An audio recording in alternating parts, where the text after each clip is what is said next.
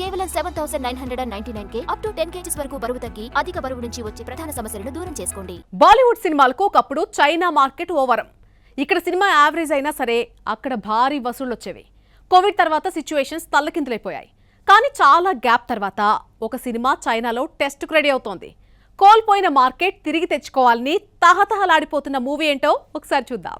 Once upon ఏ time Bollywood సినిమాలు చైనాలో shocking collections రాబట్టుకున్నాయి. Dangal 2 వేల కోట్లు కొల్లగొట్టింది అంటే చైనా మార్కెట్ చలవే. ఇక్కడ 380 కోట్లు వస్తే రిమైనింగ్ చైనా నుండి వచ్చినవే. ఇవే కాదు, secret super star, Hindi medium, Andhadhun, హెచ్కే చిత్రాలు కూడా ఇక్కడతో పోల్చుకుంటే అక్కడే ఎక్కువ వసూళ్లను రాబట్టుకున్నాయి. కానీ పోస్ట్ కోవిడ్ తర్వాత సినీ రంగం కుదేలు కావడంతో హిందీ సినిమాలకు అక్కడ పెద్దగా ఆదరణ దక్కడం లేదు. దీంతో చైనాలో రిలీజెస్ ఆగిపోయాయి. చాలా గ్యాప్ తర్వాత Bollywood movie Ramayana China market కొల్లగొట్టేందుకు ట్రై చేస్తోంది.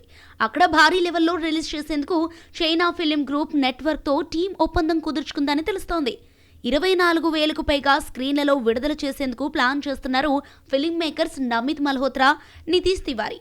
నితీష్కు ఆల్రెడీ దంగల్తో చైనా మార్కెట్ స్టామినా తెలిసిన నేపథ్యంలో ఈ ఛాన్స్ మిస్ చేసుకోకూడదని గట్టిగా ఫిక్స్ అయ్యాడట. భారీ లెవెల్లో రిలీజ్ చేయటమే కాదు, అందుకు తగ్గట్లుగా ప్రమోషన్స్ చేపట్టనుందట రామాయణ టీం.